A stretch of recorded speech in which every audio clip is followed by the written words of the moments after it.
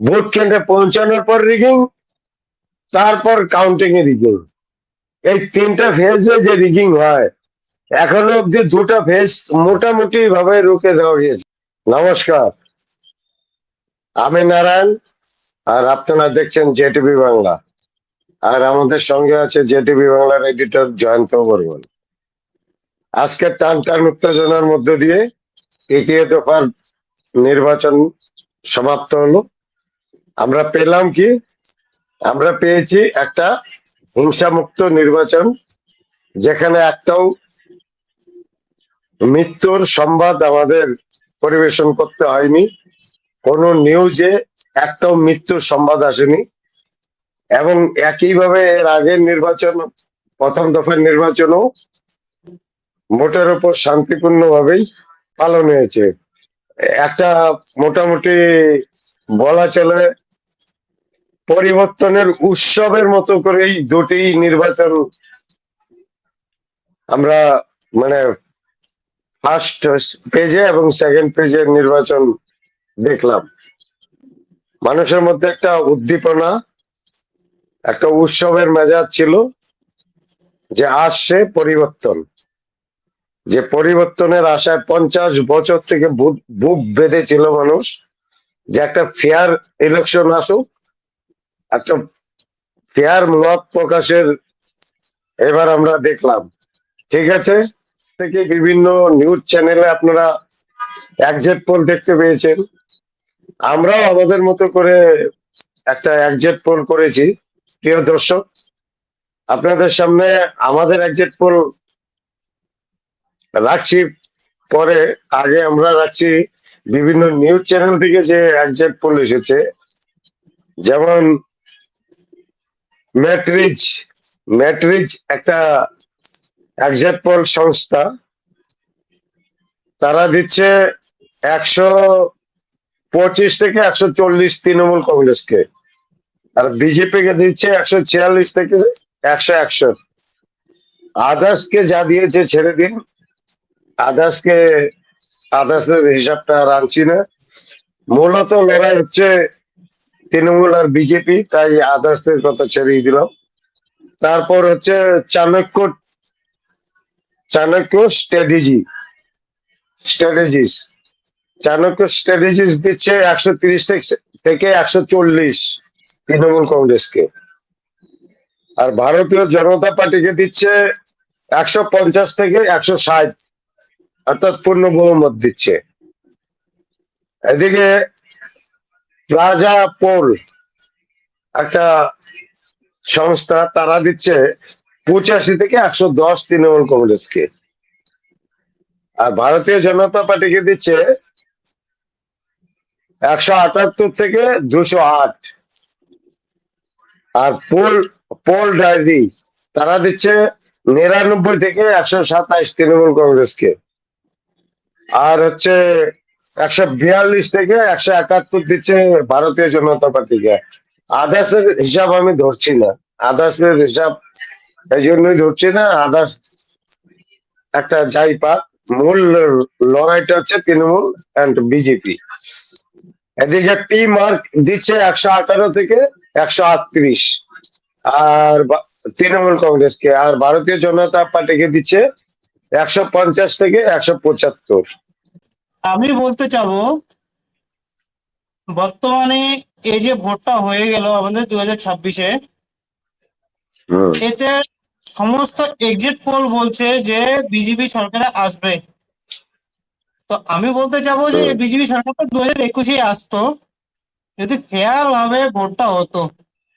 Exit pole 100% হয় না, আর বিশেষ করে আমাদের পশ্চিমবঙ্গে তো আরো হবে না। কেন? 2021-এ যে আছে, যতই আমরা অঙ্ক কষি, আমরা তো পাবলিক থেকে ওপিনিয়নটা নেই। তো এখানে কি হয়, কিছু 2021-এ যেরকম হয়েছে মৃত্যু ভোটার, তারপরে শিফটিং ভোটার, এই ভোটার গুলো যে ঢুকায়, ছাপ্পা রিগিং সব হয়, যার জন্য 2021-এ যত এক্সিট পোল ছিল সব পাল্টি মেরেছে, এক্সিট পোল মিলাতে পারেনি। সব এক্সিট পোল ফেল হয়ে গেছে, সব এক্সিট পোল ফেল হয়েছে। কারণ বিশেষ করে পশ্চিমবাংলার ভোটের ক্ষেত্রে এটা ফেল হয়, এই জন্যই হয় কারণ এখানে প্রচুর গেম খেলে, যারা শাসকে থাকে ওরা প্রচুর প্রচুর, গেম খেলে। হ্যাঁ, এখনো আমি প্রচুর বলতে রিগিং পারি, হয়, রিগিং। রিগিং বহুত হয়, আমি এখনো বলতে পারি যদি বিজেপি মনে করে এই এক্সিট পোল দেখে আনন্দ শুরু করে দেয়, তাহলে কিন্তু ভুল করবে। সরকারের টাকা নাও থাকতে এক্সিট পারে, পোলের উপর ভরসা না করে কাউন্টিং অবধি এই লড়াইটাকে নিয়ে যেতে হবে। কাউন্টিং এর লাস্ট টেবিল অবধি এই লড়াইটাকে নিয়ে যেতে হবে। কারণ লাস্ট মেশিন পশ্চিমবঙ্গ অবধি, হ্যাঁ, এটাই এটাই আমিও লাস্ট এটাই টেবিল বলতে অবধি যাচ্ছি। কারণ কারণ বস্তার বস্তার টাকা দিয়ে দিবে বিজেপির যারা কাউন্টিং এজেন্টে থাকবে, তাদেরকে মোটা বান্ডেল বান্ডেল টাকা ধরিয়ে দিবে তৃণমূল কংগ্রেস। এই জিনিসটাকে বিজেপি কে আগে থেকে কাউন্টার করার চেষ্টা, বিজেপি পুরো সতর্ক থাকতে হবে। এমনকি যারা বিজেপির কাউন্টিং এজেন্ট হবে বলে সিদ্ধান্ত নিয়েছে, আগে লিকেজ করা যাবে না কে যাচ্ছে কাউন্টিং এ, তার কান পট্টিতে বন্দুক রেখে হলেও মানে কাউন্টিং পাল্টে করানোর চেষ্টা করবে। কারণ এখনো অব্দি এটা মেনে নিতে হবে যে যে কাউন্টিং অফিসার যারা থাকবে, কাউন্টিং অফিসার, তারা কিন্তু মমতা ব্যানার্জিরই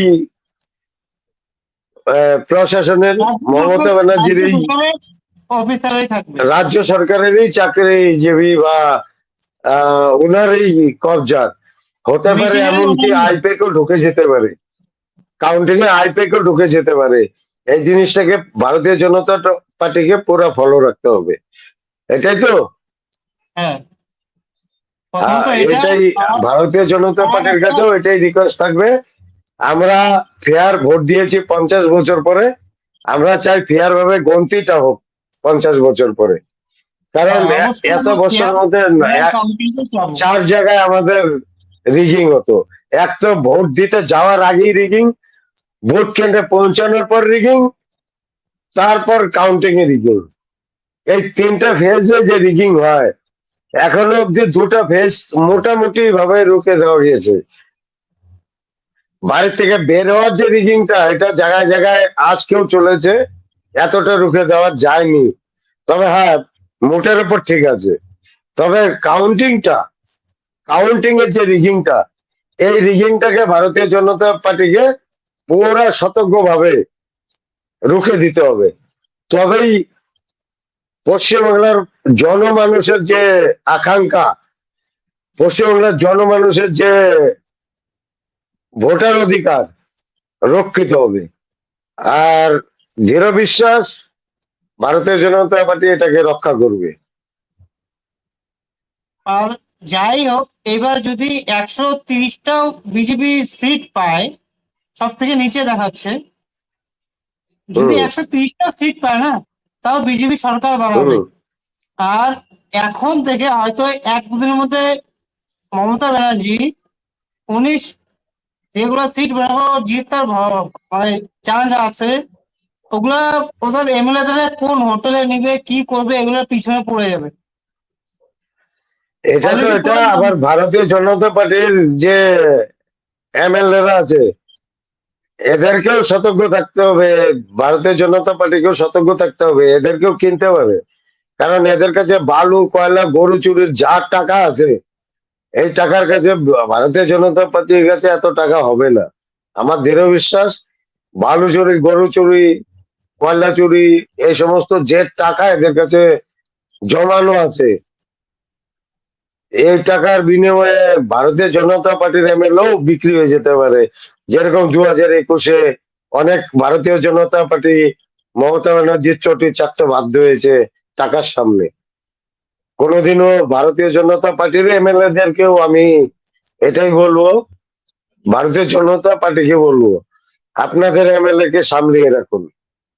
আপনাদের এমএলএও টাকার কাছে চটি চাটতে বাধ্য হয়ে যেতে পারে। কারণ এর আগে আপনারা 2021-এ এই ধরনের লোককে টিকিট দিয়েছিলেন, যারা টাকার সামনে মানুষের যে ভোটার অধিকার, মানুষের যে একটা মানে একটা সিম্বলের প্রতি ভালোবাসা, সেই ভালোবাসাকে বিকিয়ে দিয়ে টাকার সামনে মমতা ব্যানার্জির চটি চাপতে শুরু করেছিল ভারতীয় জনতা পার্টির কিছু সংখ্যক এমএলএ। আর এটার জন্য আমাদেরকে প্রতিনিয়ত লজ্জা বোধ করতে হয়েছে, আমাদের লজ্জিত হতে হয়েছে পশ্চিমবাংলার বাইরে বিভিন্ন রাজ্যে। আমাদেরকে জবাব দিতে হয়েছে যে তোদের এখানে শালা টাকার সামনে এমএলএ বিক্রি হচ্ছে গরু ছাগল ভেড়ার মতো। এই জিনিসটা ভারতীয় জনতা পার্টিকে লক্ষ্য রাখতে হবে।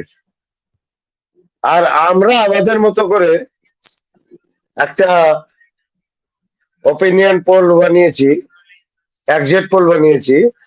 আমাদের বানানোর তরিকা হচ্ছে বিভিন্ন জায়গায় কল করা এবং হোয়াটসঅ্যাপে অনেকের সঙ্গে যোগাযোগ করে এবং ফিজিক্যালিও আমরা আমাদের মতো করে বেশ কিছু পোলিং বুথে পৌঁছানোর সৌভাগ্য হয়েছে। তো এই মিলিয়ে আমাদের খুব একটা বড় আকারের না, আমরা মোটামুটি উত্তরবঙ্গের মধ্যেই সীমাবদ্ধ ছিলাম।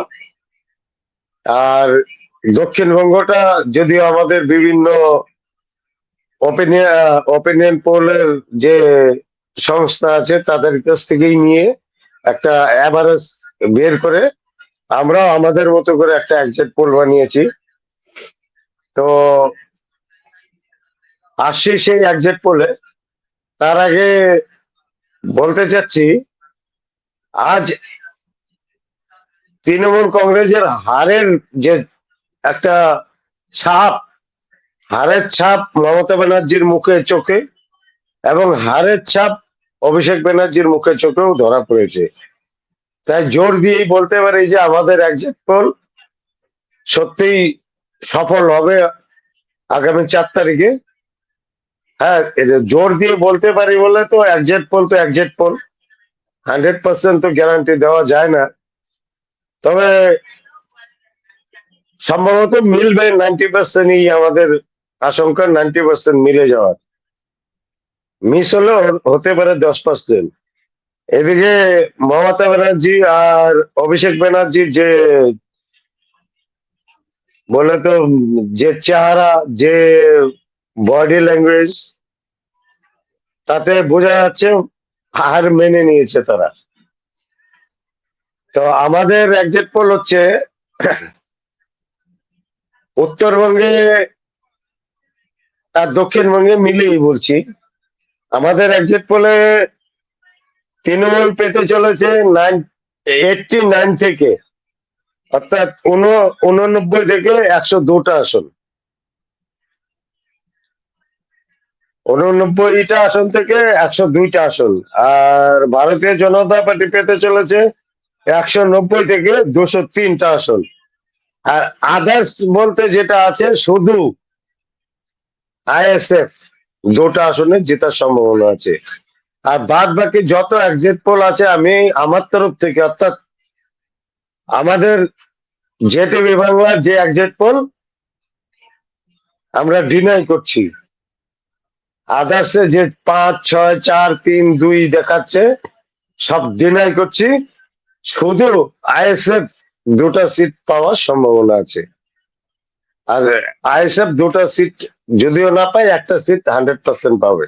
হ্যাঁ, 2টো সিট পাওয়ার 90% সম্ভাবনা আছে, আর 100% একটা সিট। এ হচ্ছে আমাদের এক্সিট পোল। তো প্রিয় দর্শক, আপনাদের কিছু বলার থাকলে এই ব্যাপারে কমেন্ট বক্সে অবশ্যই কমেন্ট করবেন। এবং আমাদের ছোট্ট ইউটিউব চ্যানেল, আপনাদের সহযোগিতাই কামনা করি। আপনাদের সহযোগিতা পেলে এই চ্যানেল আরো ভালোভাবে অ্যানালাইসিস করে